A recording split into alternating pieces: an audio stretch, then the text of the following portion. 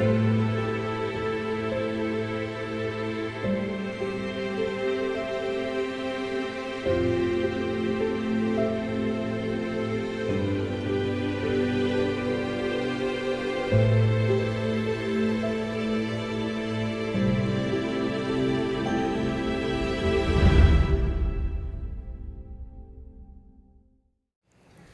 good evening.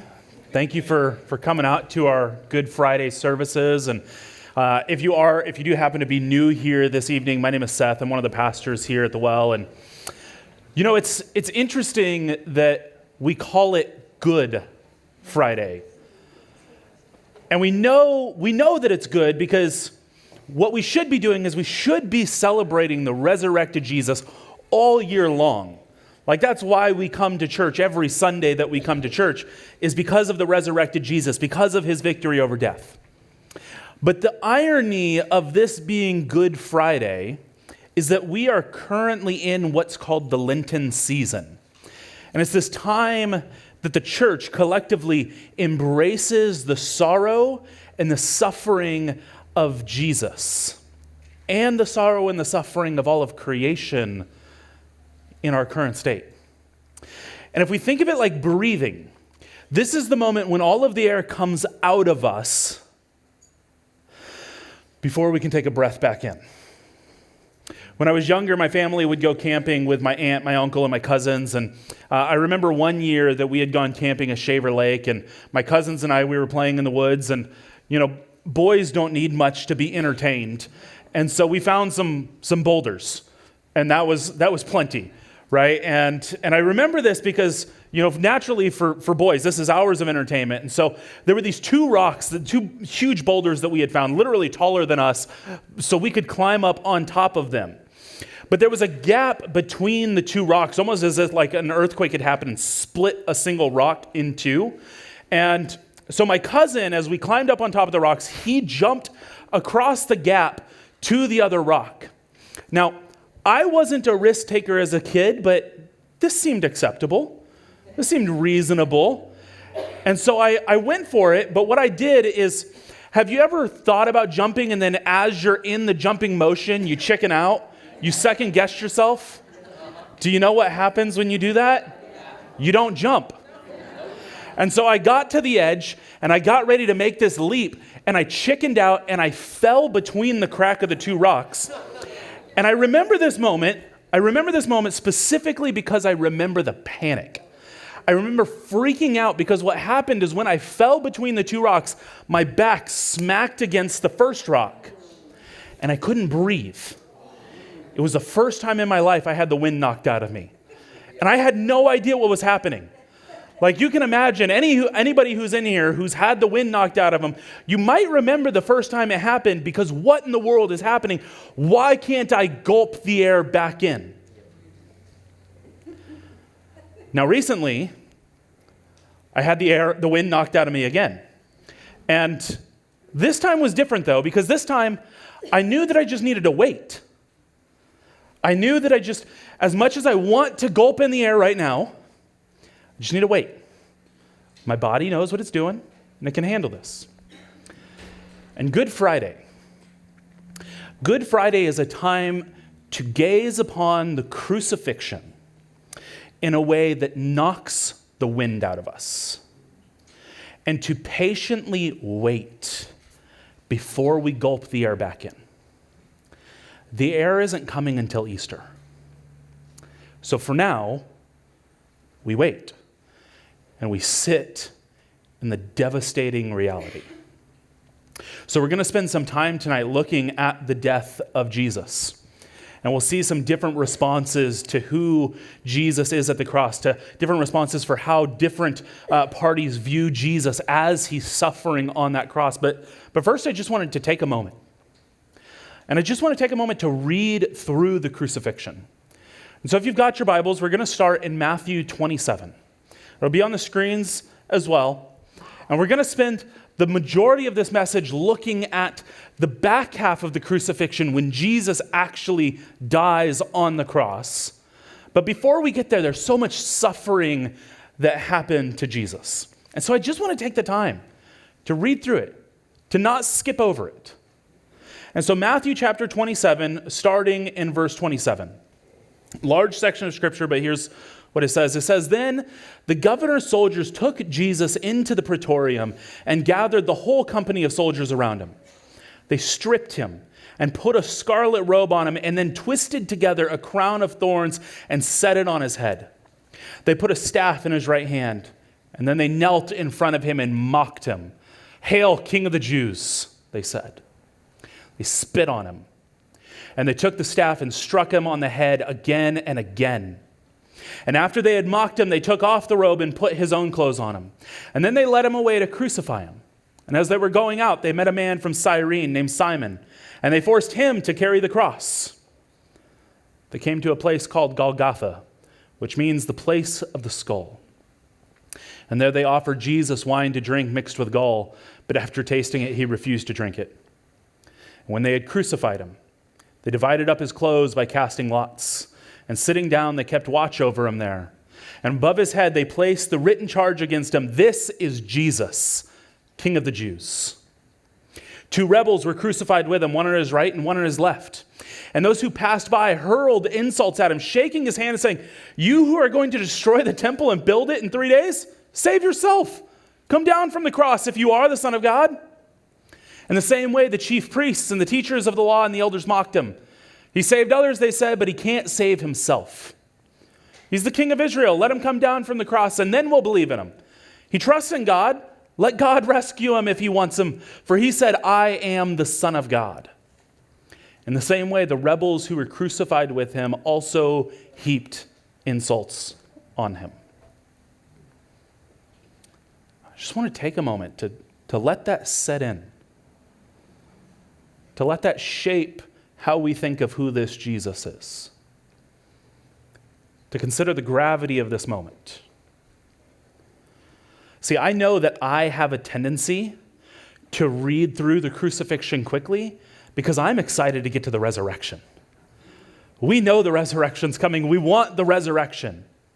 But I think about when Jesus asked his friends as he was in the garden praying, and he asked them, "Couldn't you keep watch for just 1 hour?"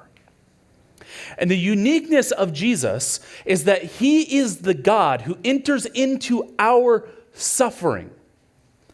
I think it's only fair that we take the time to occasionally enter into his.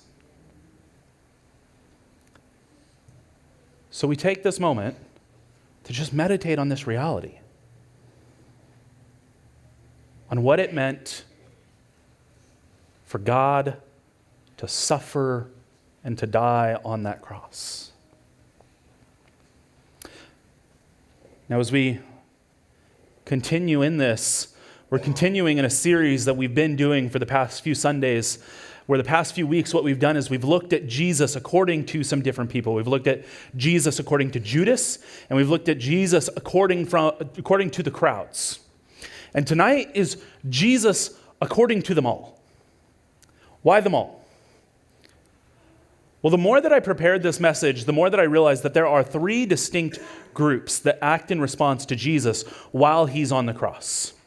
So let's dive right into our first response, still in Matthew 27, but starting in verse 45 this time.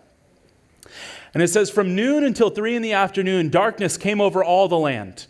And about 3 in the afternoon, Jesus cried out in a loud voice, 'Eli, Eli, lema sabachthani,' which means, my God, why have you forsaken me?" And when some of those standing there heard this, they said, "He's calling Elijah." And immediately one of them ran and got a sponge, and he filled it with wine vinegar and put it on a staff and offered it to Jesus to drink. And the rest said, "Now leave him alone. Let's see if Elijah comes to save him." Now, as Jesus suffered on the cross, many have realized over time that crucifixion, generally those who were crucified, they did not perish from all of the excruciating torture that they faced. There was one of 2 reasons that people often died. One was from shock that the body was put in from all that it went through, and the other was from asphyxiation, from suffocating, because as they hung on the cross, they would have to pull themselves back up against the splintered wood to try to gulp in air again. And eventually, You just can't take it anymore. And so it comes as no surprise to us then that Jesus didn't say much while he was on the cross. But I think what that means is that we have to put that much more work into looking at what he did say. Because the words that he did say hold so much more weight now. And so in this moment, when Jesus cries out from the cross, he cries out this phrase that's partially in Hebrew, partially in Aramaic, and that's why some people are confused and saying he's calling for Elijah. But ultimately, Jesus is crying out, my God, why have you forsaken me? And this is an incredibly intentional quote from Jesus for a few reasons. See, a common Jewish practice was to quote the first verse of a psalm if you wanted to recall the entirety of the psalm to mind. Right? So if you said the first verse, then people, they memorized the psalms. And so they would know exactly where you were going with this, and all of the words of that entire psalm would flood into their minds. And so in this moment, Jesus is calling out. What he's doing, I believe, is partially he's calling out because at the end of Psalm 22, there's a victory. And he's crying out, claiming the victory that he has on the cross. But before we can get to that victory, because that's in a couple days. So for now, we stay in the reality of the crucifixion. And we keep in mind that Jesus wasn't just calling out the end of the psalm, but all of the psalm, which includes the middle. So Psalm 22 is what Jesus quotes. And in Psalm 22, verses 12 through 18, it says this. It says, many bulls surround me. Strong bulls of Bashan encircle me. Roaring lions that tear their prey open their mouths wide against me. And I am poured out like water, and all my bones are out of joint. My heart has turned to wax. It has melted within me. My mouth is dried up like a potsherd, and my tongue sticks to the roof of my mouth. You lay me in the dust of death. Dogs surround me. A pack of villains encircles me. They pierce my hands and my feet. All my bones are on display. People stare and gloat over me. They divide my clothes among them and cast lots for my garments. Now, you might remember there's this story in the gospel accounts.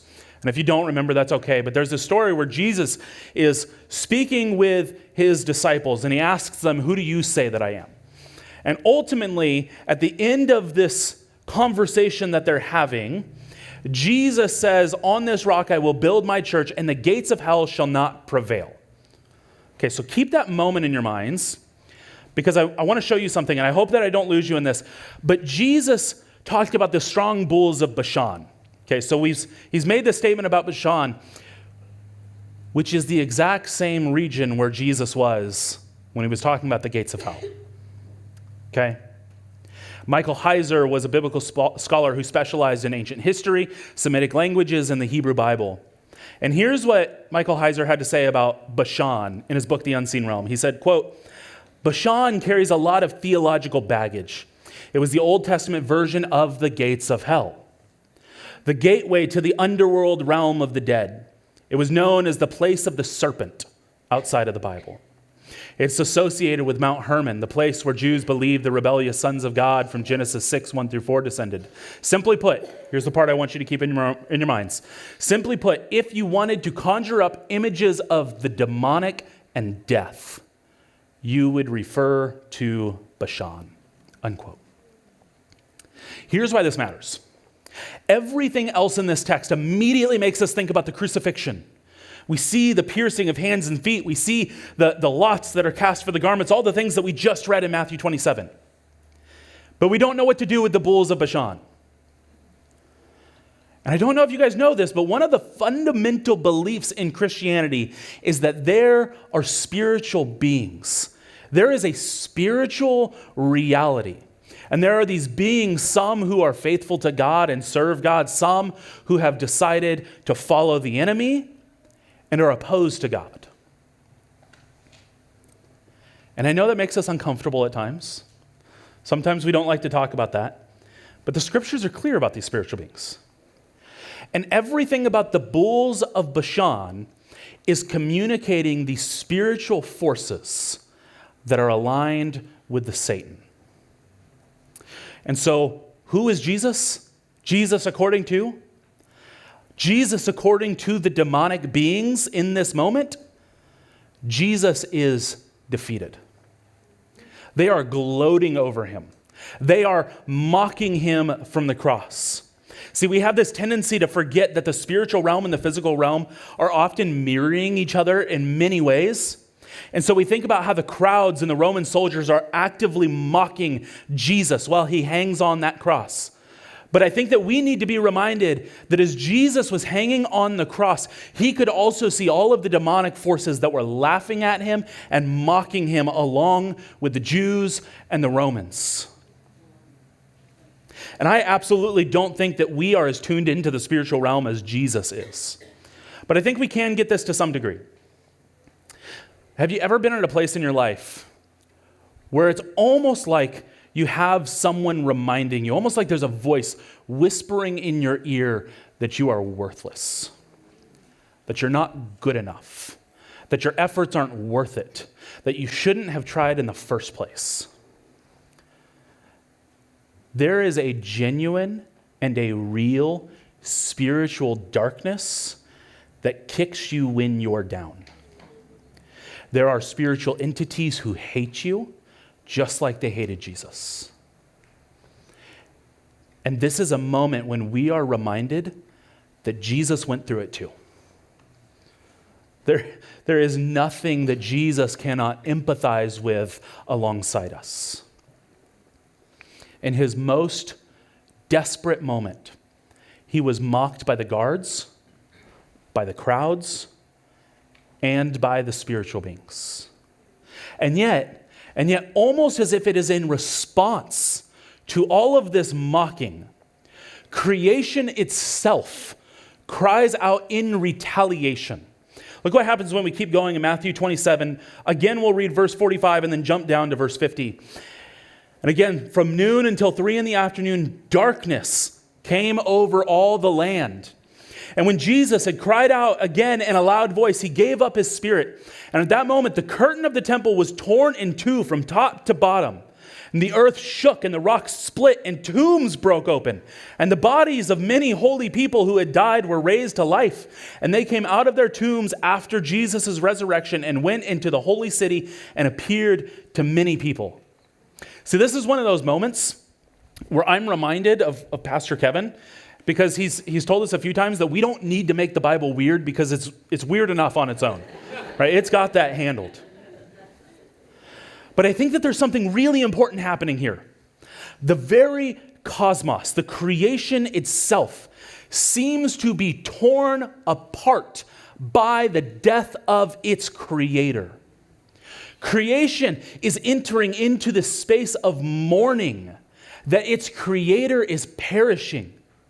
The sun hides as the God who told it to shine dies. The earth quakes as the God who holds all things together perishes. And in some crazy way, the graves spew out their dead almost as if they are repulsed by the God of life entering into death. I think that the prophet Amos captured this moment really, really well, though long before it ever happened. In Amos chapter 8, verses 9 and 10, he writes, "In that day declares the sovereign Lord, I will make the sun go down at noon and darken the earth in broad daylight. I will turn your religious festivals into mourning and all your singing into weeping. I will make all of you wear sackcloth and shave your heads. I will make that time like mourning for an only son, and the end of it like a bitter day." Our passage in Matthew literally began with the sun going dark at noon, just as Amos prophesied. And as the religious leaders celebrated this moment of victory, the very creation cried out in sorrow and anguish. And this is because, according to the cosmos, according to creation, Jesus is creator and sustainer. And as his life-animating spirit leaves his body, creation itself responds almost as if afflicted with a death blow itself. It was in Luke chapter 19, if you recall, that Jesus was entering into Jerusalem. And knowing that he was heading for his death, and at the same time the crowds are cheering and chanting Hosanna. This is what we just celebrated at the start of this week. And in Luke's account, the Pharisees rebuked Jesus and basically said, tell your followers to silence themselves. Tell them to shut up. We don't want to hear this. And Jesus says in Luke 19:40, I tell you, he replied, if they keep quiet, the stones will cry out. And it is now, in this moment, that the worshipers of Jesus have fallen silent, and the rocks themselves are crying out, just as Jesus said. And I think it's important that we acknowledge the fact that we want to move quickly out of this moment of suffering, but creation itself thought that Jesus was worth suffering along. If the rocks get it, how much more should we? And here's the interesting thing. See, the sting that the very God who holds all things together, that he briefly let go, that he might be able to retrieve you and I from the clutches of death, that sting of that death that he faced, the feeling and the weight of that we should be able to go through, the creation itself went through. In this moment, it was not creation alone that shuddered at the reality of the death of Jesus. In fact, it included some of the very people who crucified him. Look at this in verse 54. When the centurion and those with him who were guarding Jesus saw the earthquake and all that had happened, they were terrified and exclaimed, surely he was the Son of God. Listen. As if this statement isn't shocking enough all by itself, this also shows the stark contrast between the Roman soldiers and the Jews. It was just a few verses back that the crowds mocked Jesus and said that if he truly is the Son of God, then he should be able to bring himself down from the cross.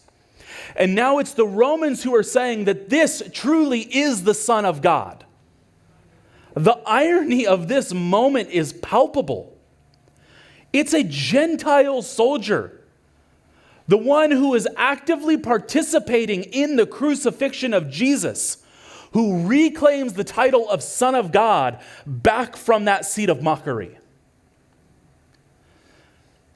And we can imagine that there's something that's already been going on in the minds and the hearts of the Roman soldiers. Because Matthew tells us it's not just one soldier. Matthew tells us it's a group of soldiers. See, in Luke's gospel, the implications are very high that the person who offered Jesus the wine and the vinegar drink was one of the Roman soldiers. It wasn't just a person from the crowd. It was one of the Roman soldiers.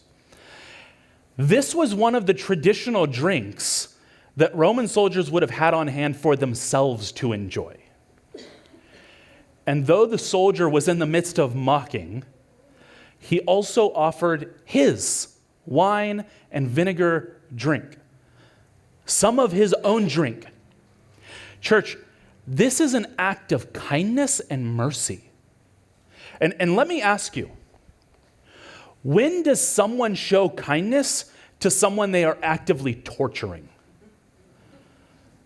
They don't. This is bizarre, and it should stand out as bizarre in our minds.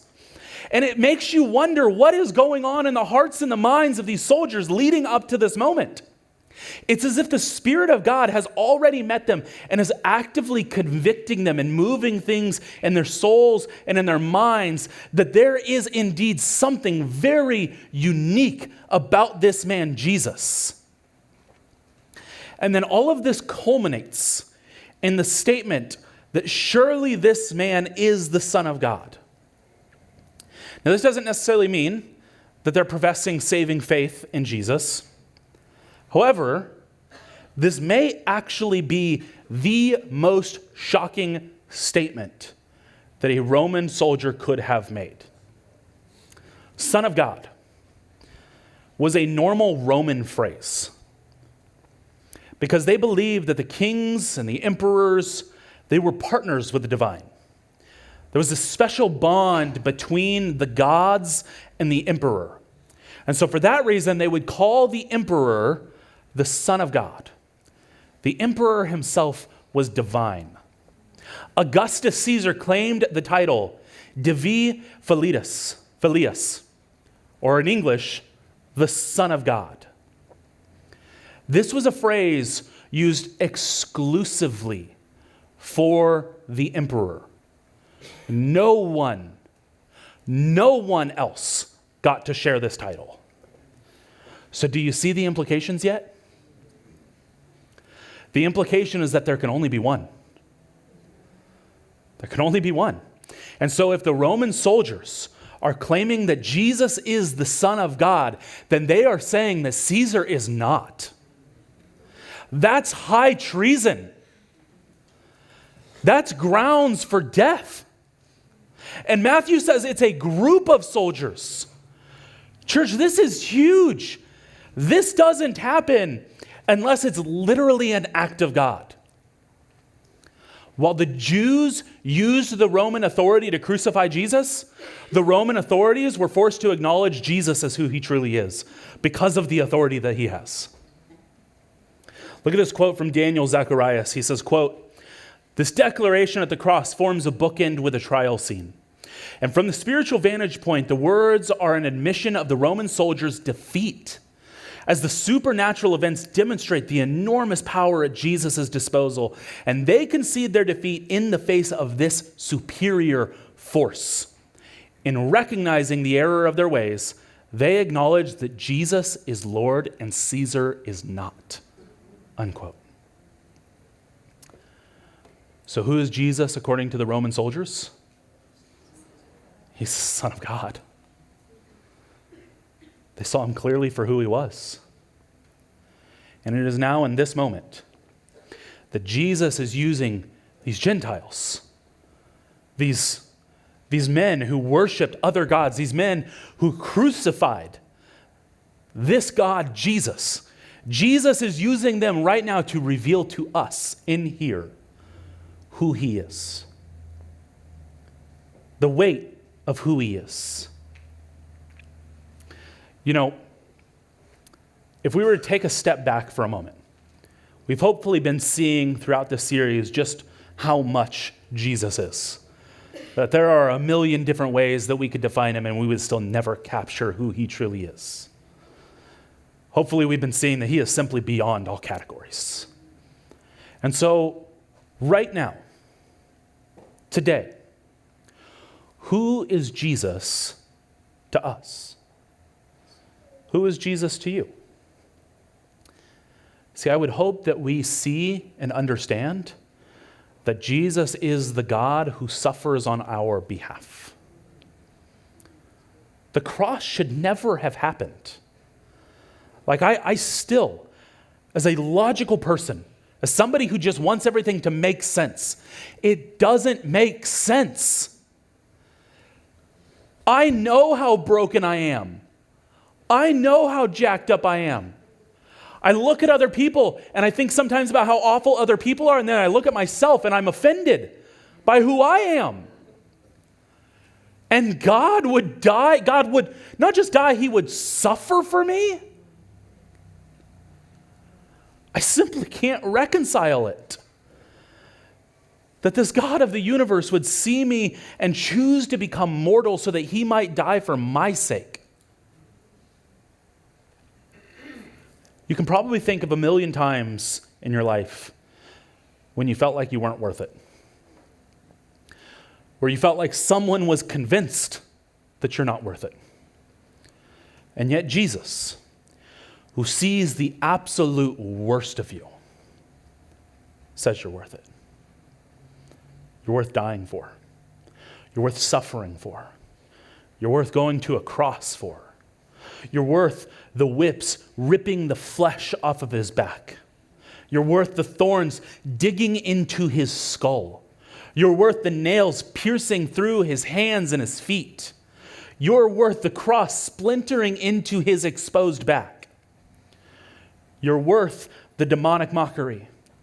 You're worth the rejection by his own people. You're worth it all. And yet somehow, it has nothing to do with you at all. You're worth it all. And yet somehow it has nothing to do with you at all.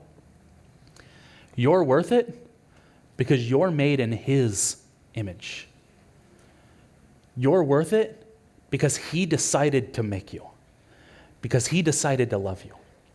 Because he looked out and he said, I want that one. That one's mine. What does his love for you look like? Looks like the cross. We cannot get to the resurrection without the cross.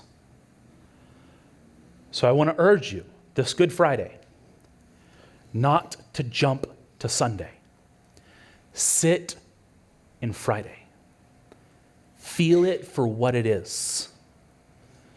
In a moment, we're going to receive communion to remember the breaking of Jesus' body and the pouring out of his blood. And as we receive communion this time, it's going to be a little bit different. As you guys will get dismissed to come to the front to receive communion, you will break off a piece of bread, remembering that you have a part in the breaking of Jesus' body. And then after communion, we're going to ask you to fast, to spend Saturday fasting. We have guides for you on the way out, so that if you have questions about fasting, we know that this is new for some of you. Drink water. That's important. Don't fast without water. But we're going to ask you to fast.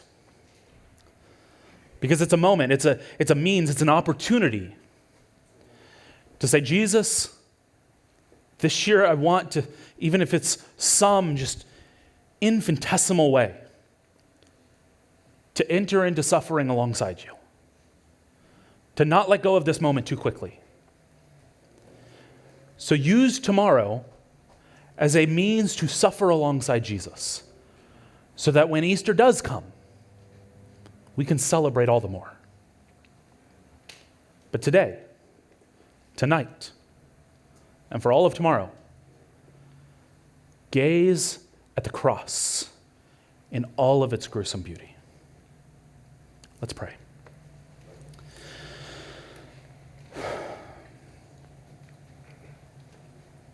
Jesus, this is a moment where words fail us.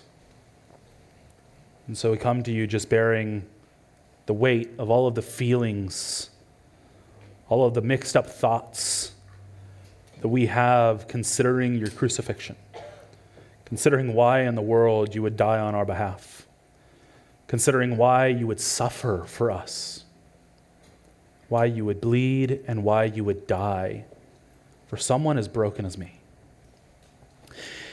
And yet, Jesus, I pray for this whole church, but starting with me, would you not allow me to look away from the cross until it's time? That I would spend this time as if the wind had been knocked out of me and patiently wait before it's time to gulp in air again.